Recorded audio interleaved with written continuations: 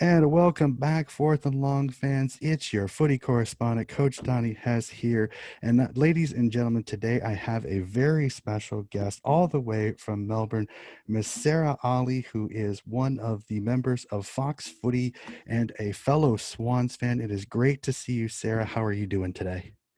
I'm so good, Donnie. Thank you for reaching out. No problem. No problem at all. So I love when I do my interviews to kind of let people kind of introduce themselves outside of the game of footy. I know most of the people that watch this are huge footy fans, but I think it's always good to find out who the person is that I'm interviewing. So why don't you tell us a little bit about yourself? So, hi everyone. I'm Sarah Olle. I'm 30 years old and I live in Melbourne, Australia. I'm a sports reporter and broadcaster and have been working on the AFLW this season for Fox Footy doing Boundary. But Monday to Friday, I work for Fox Sports News where I cover a range of sports, but predominantly the AFL and AFLW. That takes up most of my time. And I'm sure if you guys follow the league, you know that people get pretty obsessed. So there's always something going on.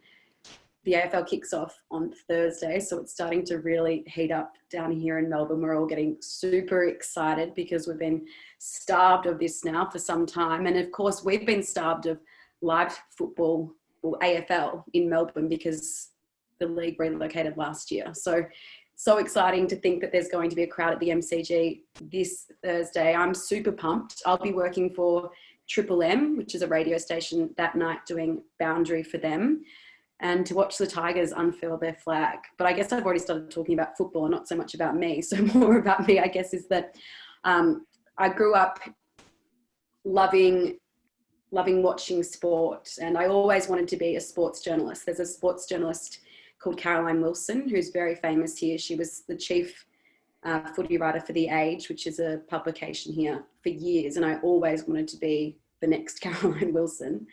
I didn't start off by doing sports journalism, though. I have a law degree. After school, I went to Monash and did an arts law degree there. Finished it, but really didn't enjoy it. Like, did not love the law. The law did not love me.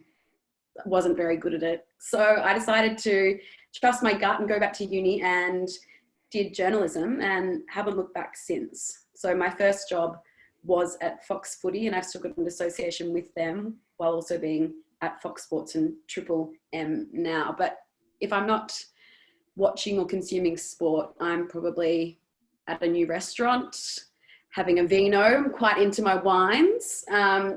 So yeah, when I'm not at the footy, I'm probably somewhere getting tucked into a nice bowl of pasta with a Pinot Noir. Sounds awesome. That is a really, really cool story. We'll kind of go to it. I mean, you kind of threw it in there that you were a major sports person. So what is your story with football? How did you find it? Like, when did it come into your world? I don't ever remember it not being in my world. So it's funny because you say I'm a Swan supporter. Well, I really should be a St Kilda supporter. My grandfather played for the Saints. And I just remember when I was young, so I must have been 3 or 4, I asked my father who I should support.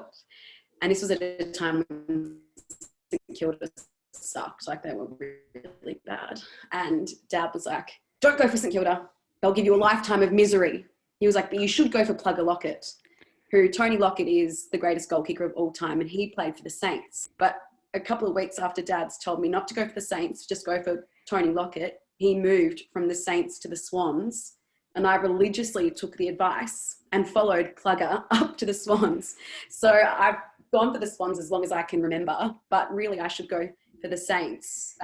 I also grew up around South Melbourne, which is where the Swans were initially from before they relocated in the 80s. So Mm-hmm. I think once I got to primary school and I was around a lot of other kids that went for the Swans because of that South Melbourne connection, it kind of just solidified my support. But yeah, we often joke in my family that my sister and I are lucky that we took that advice because we've seen 2 flags in our lifetime since then. And my poor father's only seen the 1 flag that St Kilda's won in the existence of the club, which was when he was 10. So we still have a bit of rivalry in this household. I think the Saints, I mean, they were great last season. They won a final and they're looking good again. So the Swans are still in a bit of a rebuild phase. They're very young. So just having to let Dad have a bit of a laugh at the moment and a bit of superiority complex, I would say. It happens. All of life is timing. I have to say. I really kind of the 2012 grand final was kind of what solidified it for me, along with a few YouTube um, highlights from their 2005 run. So that's kind of how I got into it. So I kind of asked, what is your favorite part about football? Um, that's a really good question. It's such a simple question, isn't it? But Hmm. there's so many things I love about it. I think I just love being able to go to a sporting event and watch people who are so highly skilled, but also tough.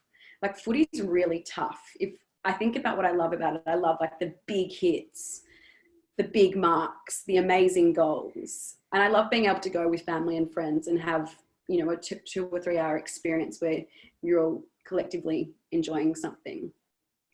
It's kind of in Melbourne, it's like it's part of the city. That's why last year it was really hard because footy's kind of like the heartbeat to the city, particularly during winter. And without it, it felt really wrong and soulless and empty. So yeah, I don't know. It's like, I feel like during the football season, everything is just centered, or at least in my world, around it. Like it gives the week such a formula for me. But yeah, I don't know, you get like this like fuzzy warm feeling when you go to the footy. It's like comforting. Yeah. That's a great answer, and I fell in love with the athleticism too. I mean, and for me, that it's not in my blood. I mean, you didn't grow up with it, but when I found it here in 2009 with the local team, the Des Moines Roosters, I fell in love with the athleticism, and I actually saw it as a little bit as a kid. Too, Yeah. we had a channel called Fox Sports World that played a little bit of footy, but so we'll go off that. So I got the chance to play. So I got to ask, did you ever play footy at all?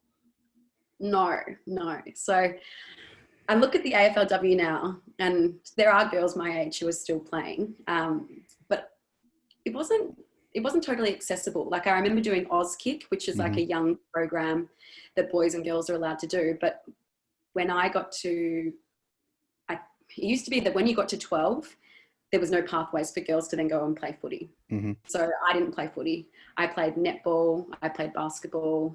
I played a bit of cricket, but there wasn't really anywhere to go with footy. So no, I never played it. And I wish it had been available to me at that age, because I'm looking at these girls coming through now who have played it their entire existence and they're freaks. Like they're so good at footy. And yeah, I don't have that. So Hmm. yeah, it is kind of a shame that that wasn't available back when I was growing up, but it certainly is now. And the girls coming through are absolutely unbelievable. Was there ever a little part of you that wished you would have played? Yes, 100%. Yes. What Yeah. what what position do you think you would have played if you would have? Oh, actually, yeah, this is funny. My partner, he's always like, you'd be a really annoying back pocket player that just would just give lip all day. And I reckon he's probably right. Give him the spray. Give him the spray. That is awesome. Okay, so now that we've had we talked a little bit of footy, let's go into kind of your job. I mean, you get the awesome ability to be a sports broadcaster, not just footy, but sports broadcaster. I mean, what was it besides the fact you said the law didn't work out? What was it that really, really pushed you into becoming a sports broadcaster? Like, what was the one thing that you're like, this is what I want to do? Well, I think if I was just being honest with myself, it was what I always wanted to do. Hmm. And then I got the marks at school to get into law, and everyone said, well, go and be a lawyer then, because if you've got a law degree, you can do whatever you want. But kind of not the best advice. Like you should really just trust your gut instinct. And initially I selected journalism as my first preference at uni, and I changed it. So really I should have trusted my gut a bit more and gone with my heart and not my head. Um, but um, there's something really thrilling about doing something live. Hmm. Like you're constantly on your toes, like you're constantly having to work out new ways to do things. You've got to think on your feet. So I like that as well. I like that you get those butterflies in your stomach and you have to perform. I really enjoy that. That's cool. I love that, and I wish I could have jumped into it myself. I've always loved broadcasting. I've done a few footy games over here, so hopefully maybe we'll see. So you work a little bit with Fox Footy. You work a little bit with Triple M. Kind of what is kind of your typical day when it comes to that? Well, at the moment, I am doing a Tuesday to Saturday roster. So during the week, I will go out to press conferences that clubs are having and put together stories for AFL Tonight, which is it's a half an hour show that's on Fox Footy and Fox Sports every night, and it's essentially this is what's happening in the world of AFL today. So I do that during the week, and then at the moment I might have on a Friday night or a Thursday night or a Saturday night or whatever, an AFLW or AFL game where I'm doing boundary, either for Fox Footy for the AFLW or Triple M for AFL. So I'll be there on Thursday night for Triple M in that radio capacity. But yeah, it's busy. It's a really busy time of year, which is great, especially because, you know, last year was so tricky with people being out of work for a while, myself included. So I'm not saying no to anything at the moment, which is nice. But it's pretty varied. Like, I think that's one of the other things I like about my job is that it is quite dynamic, and no day really is the same. There's always something different going on, and especially with so many clubs, with 18 clubs in the AFL, there's a heap of variety and a heap of opportunities to interview a whole range of different people. So it is a really fun, exciting job. Cool. It sounds like it. So I gotta ask, is I've watched the televisions and I know that you do some of the boundaries. Yeah. Tell us a funny story about being on the boundary, because I know I had somebody when we connected through Twitter say that you had quite an interesting story of getting on the boundary. This was a couple of years ago, and I was, sitting on boundary doing, I think it was the Dogs and the Magpies were playing a game, but they were playing a game in country Victoria. We were out in Moe or Morwell or somewhere. It's like 2.5 hours from the city. And I got Well, I don't know if I was sitting too close to the boundary line or what exactly happened, but these two girls started having this scuffle, and one of them slung the other one into me and my camera assistant. And we both went back on our chairs, and I was such a loser. I had the microphone on, and all I could say was, "Oh, wowzers." And so now everyone's always like, "Oh, wowzers." But I'm lucky I didn't swear, Donnie, because I've got the biggest potty mouth. So I'm glad that came out and not, something else. Well, I'll say this though is that I don't mind it that when I listen to Triple M occasionally. I listen to the Rush Hour and some of the podcasts over here, Oh and yeah. then when I was going to work, I was listening to the Triple M broadcast when I was going into work, because when I start at 6 a.m. here, the game starts about 5 a.m. my time over here, so I get Friday night footy is kind of perfect. I can drive into work and listen to the games. And I love that you guys can let a few four-letter words throw out sometimes. I really appreciate it because it's natural. It's more of a raw emotion, and I appreciate that. Unlike the kind of sterilized American U.S. well, you can't do this or you'll be fired type of thing. So I probably would have loved it even more, because one of my favorite moments is still Brian Taylor dropping the F-bomb in the Doggies 2016 call on Triple M. That was absolute hilarious. I laughed so hard every time I listened to it. So Very good. it would have been funny. It would have been very funny. And how dare you bring up the 2016 grand final, Donnie? I'm still not over that loss. Oh, that one was difficult for me because it was bittersweet. I have several Doggies fans that I know of, including several that are over here. And for me, it was like the Dogs had such a long drought. I think 2005 a little bit. There was a little bit of me that Oh, understood totally. the long drought. So it was bittersweet. Like, I wanted the Swans to win, but I didn't mind if they lost because it was to the Dogs and because they had such a break. But it is difficult. I can't watch the highlights. I really can't. So Yes. Well, you sound like a journalist because you're barracking for the story. oh yeah, I being an American, I barracked for Mason Cox in Collingwood in the 2018 grand final.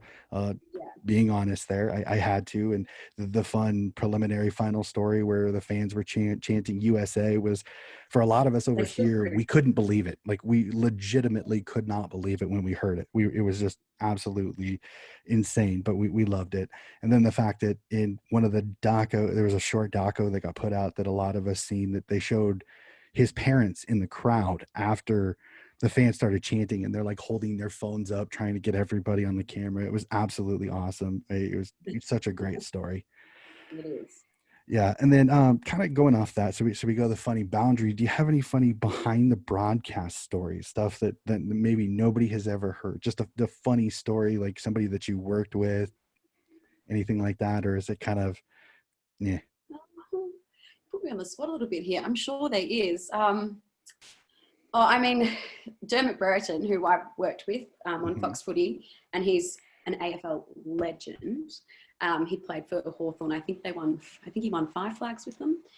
Anyway, back in his day, he was like one of those forwards that had the strut and the bravado and the big hair and everything. But he's a beautiful bloke to work with. But he's done things where he's rocked up to the wrong stadium. So like he's been doing a Brisbane Gold Coast game and he's at Metricon and he's like, "Where is everyone?" And everyone's like, "We're at the Gabba."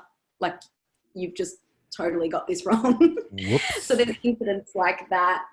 Trying to think what else. I mean, it's live TV, so people always are stuffing up. And I think I think that's natural. And I think that the audience, they don't expect it, but if it does happen, the audience can accept it and everyone just has a laugh and moves on. I mean, it's pretty hard, 3-hour broadcast. Yeah, I mean, sometimes it just happens. It's absolutely awesome. So going off that, I gotta ask, who is your most memorable person you've ever interviewed?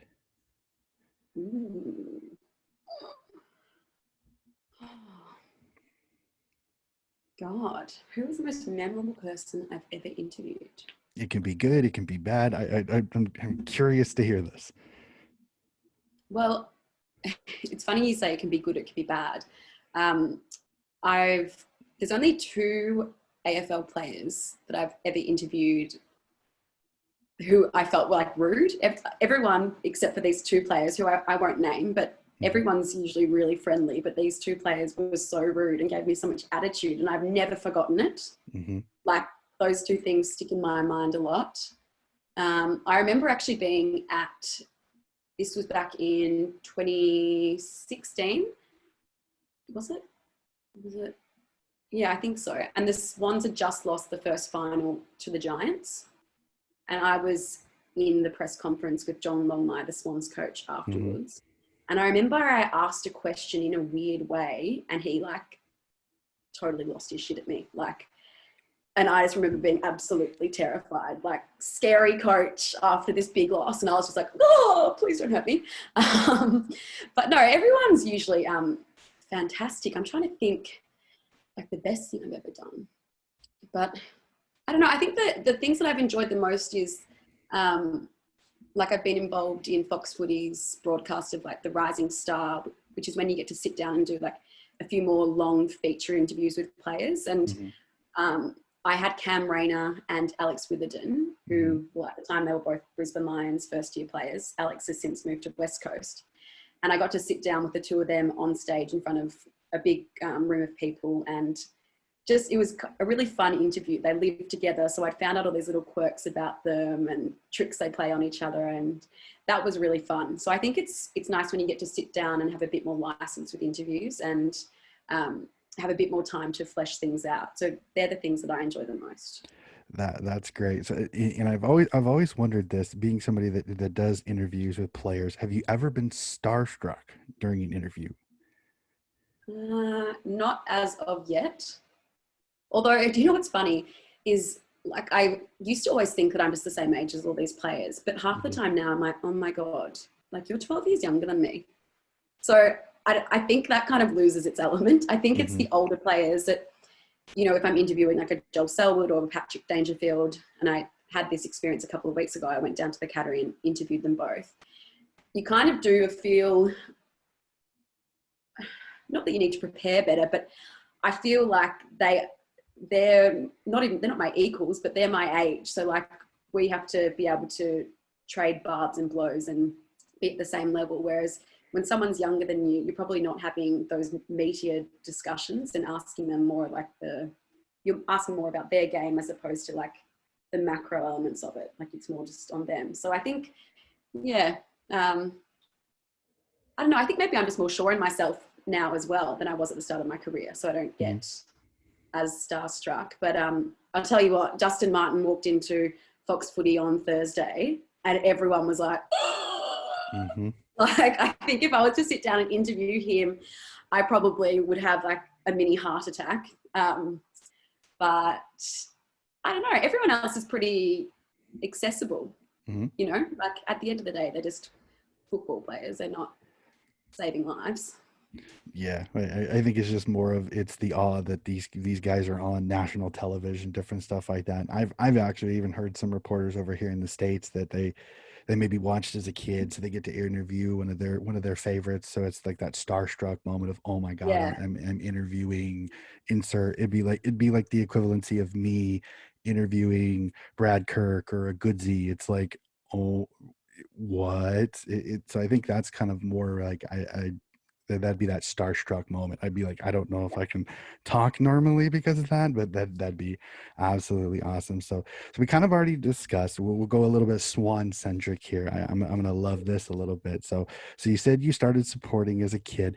Have you ever wavered? Have you ever thought about going over to the St. Kilda Saints, or have you always been Swans, no changes? Absolutely no changes. No, Swans for life. You can't change. Like when I hear people changing teams, I'm like, how? Like this is, it's kind of like, yeah, and half the time you don't even get a choice. I mean, I guess I did technically change when I was like, whatever, 3. I can't even remember it. But like a lot of kids here, they grow up and they are just given the team. You know, this is your team. Like I've supported Collingwood, you will go for Collingwood, you know. So it's unusual for people to change allegiances over here. Although I think as well, because there's more player movement now, but there used to not be a lot of player movement. Like I know in the States with a lot of support is not necessarily behind a team, but a player. So like if LeBron moves to the Lakers or wherever he is now, people follow him like that. Whereas that doesn't really happen so much here. Although having said that, that is why I go for the Swans, because of Plugger Lockett. So interesting. But no, I can't. But you were young though, so you have an excuse. I think it's a little bit of the American society is we like winners.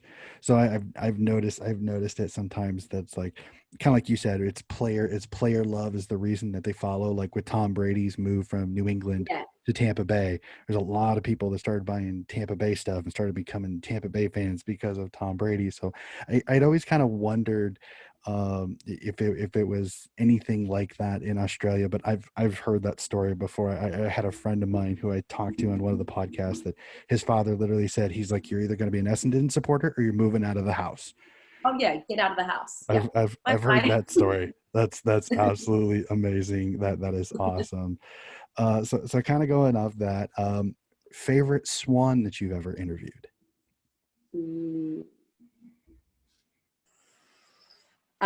Well, I am obsessed with Isaac Heaney.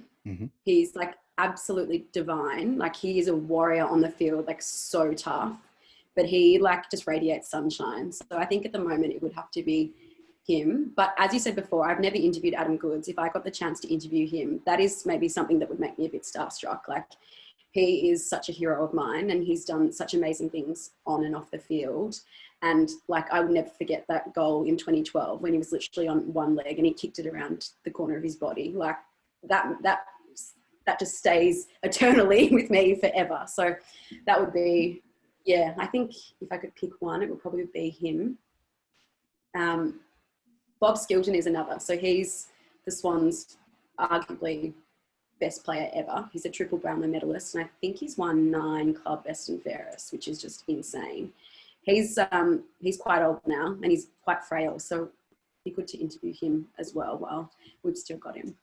Yeah, I've seen the videos. I dove into the history when I kind of went full in with the Swans. I dove into the history and saw all the things that he did. And now that the best and fairest at the Swans is the Bobby Skilton medal, I absolutely love it.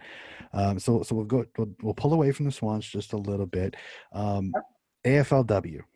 Yep. Thoughts on this season, because as a person that this year I've fully invested. I'm doing my show here, this connections. In fact, I have my interview tomorrow for the review of this round.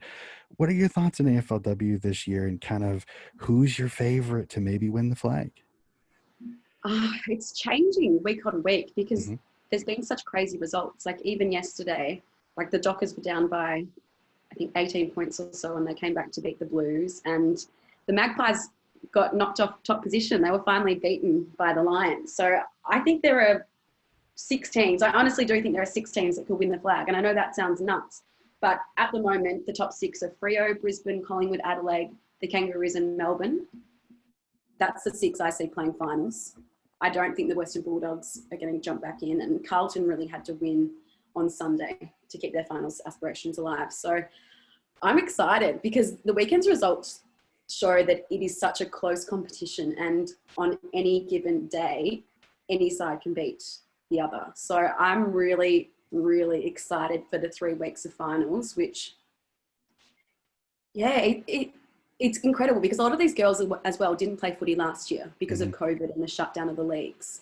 So there was a bit of trepidation that perhaps this year the standard wouldn't be as good or it would go backwards, but it definitely hasn't. The standard has been amazing. And a lot of it's because these girls that are coming through that are 18 have played footy their entire lives, and they are so highly skilled. Like Ellie McKenzie, the number 1 draft pick who went to the Tigers, she is just a freak. Like she moves like a footballer. She doesn't look like someone who's just started playing. She moves like she's played it her whole life, and it's because she has.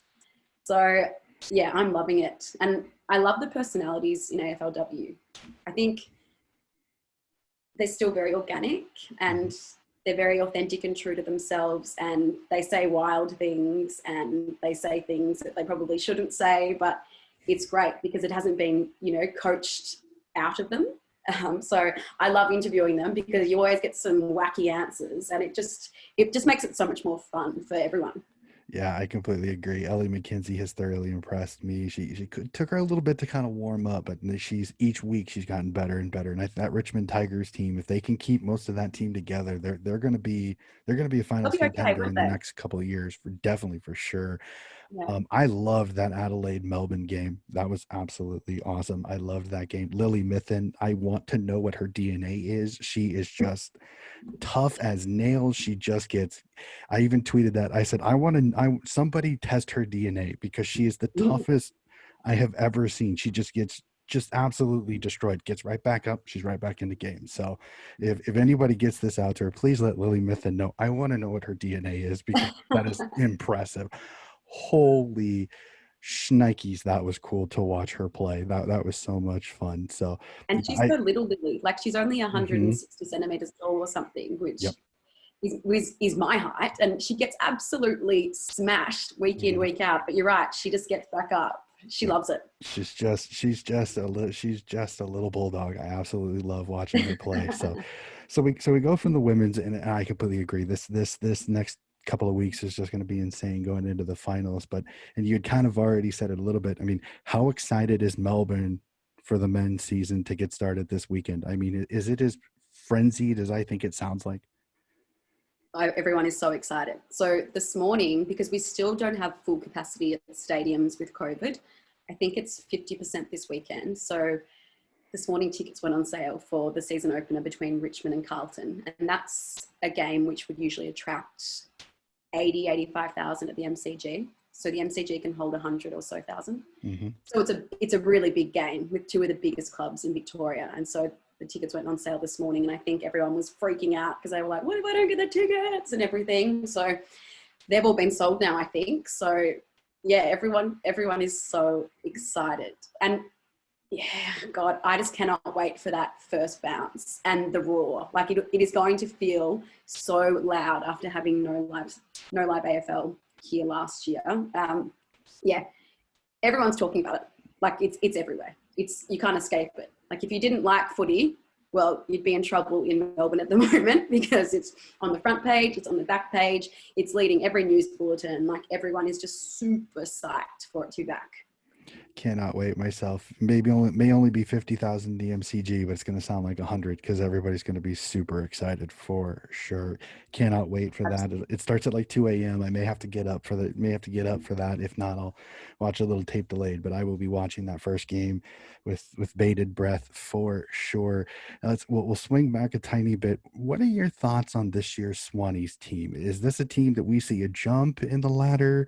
Do we kind of hold? Is there any stretch that we may see finals? I always want to hear what your thoughts are on this Swanees season. I don't think finals, but I do see us going back up the ladder. I think last year we had several games that, we lost by under 10 points. Mm-hmm. And our percentage was still pretty healthy relative to where we were on the ladder. And I think sometimes a percentage is a better indication of how you've gone in the season because it shows that we were in games and we lost some games just by small margins. So if you were to change a handful of those results, that's the improvement. And that's the improvement I see this year. It's still a really young team. It's really, really young. And we've been so lucky for the Swans to play finals. Like, I think up until 2018 or 2019, in my lifetime, the Swans had only missed finals like 4 times or something, which is insane. Mm-hmm. Like they've just been so consistent for so long. Yep. So this is a rebuild. Yeah. And that takes patience. But I love the young group. Like I think they're really fun to watch. They're just getting better. And after this season, there'll be a handful of them that now have a base of 50 games. And that's what people say is like the key indicator. Like once you get to 50, it's like go time.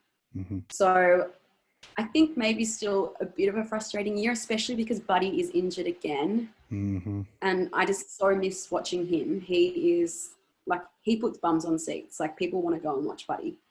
So fingers crossed he's back out there again soon after another injury setback. But we've got the Lions at the Gabba in round 1, which that's going to be a pretty tough first up assignment the week after the Swans have the Crows at the SCG. So we might be going from one extreme to the other in 2 weeks. But I think maybe not finals this year, Donnie, but maybe the year after.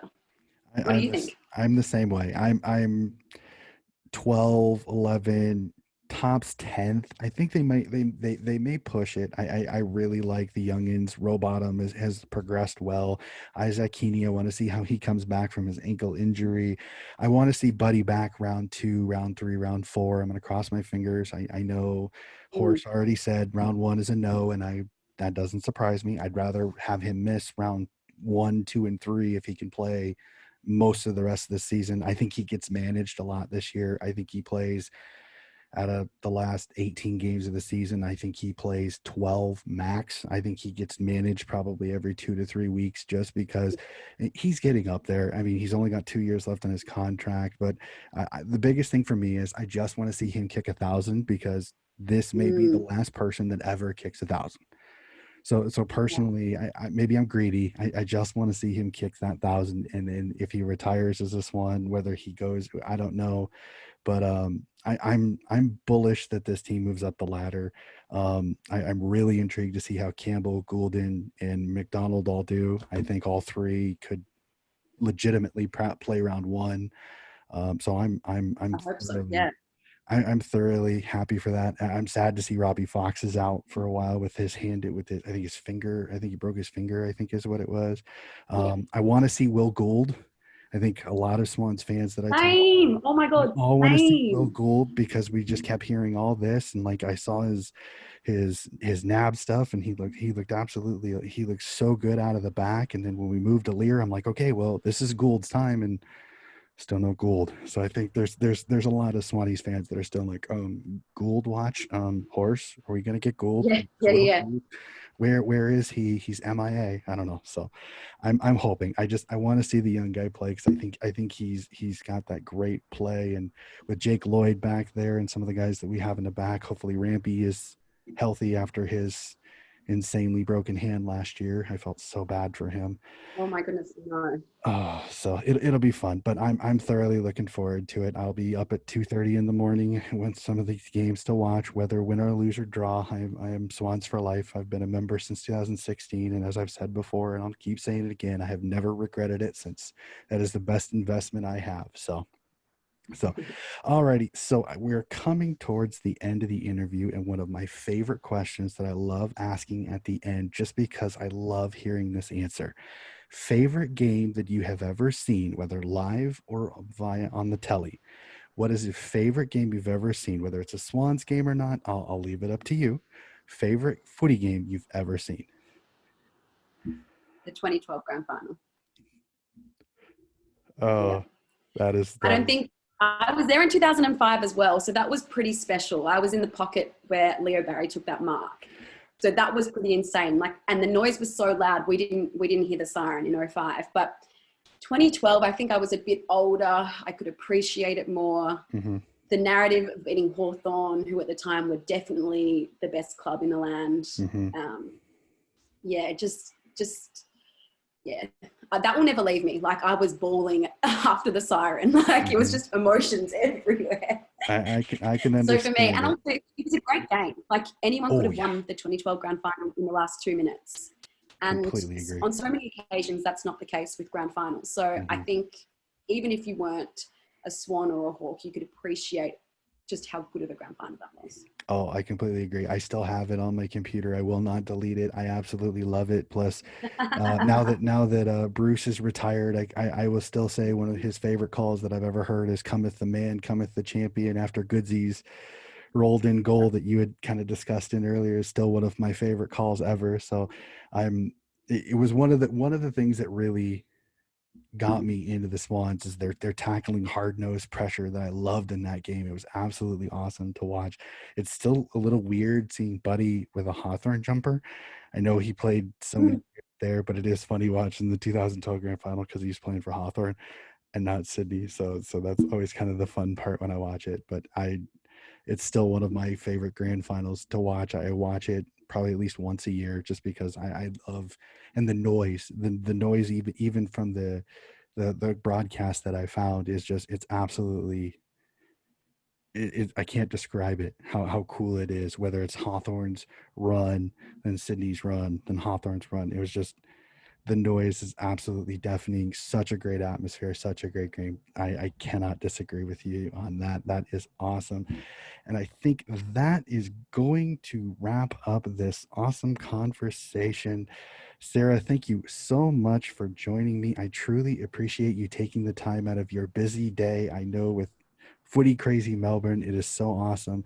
But I will let you have this quick opportunity. If people want to follow you on social media, kind of if you want to put out your socials in case there's any Swans fans or even Fox Footy fans or Triple M fans that want to follow you.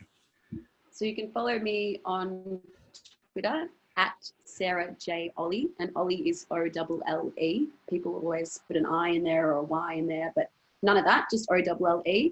And what is my Instagram actually? That's good. I don't even know what it is. It is. Bear with me. Mid-interview, look up Sarah_Olle_. All right, get out there and follow this lovely young lady. She is an awesome follow, especially if you're a Swans fan, but even if you're just a footy fan, she is a footy head. I absolutely love following her. That's actually how I got a hold of her, is through Twitter, and I appreciate it so much that you took the time out of your day, ma'am. So I will bid you a good afternoon. And Fourth and Long fans, Thanks, Donnie. no problem. Fourth and Long fans, this has been another interview. You guys have yourself a wonderful evening.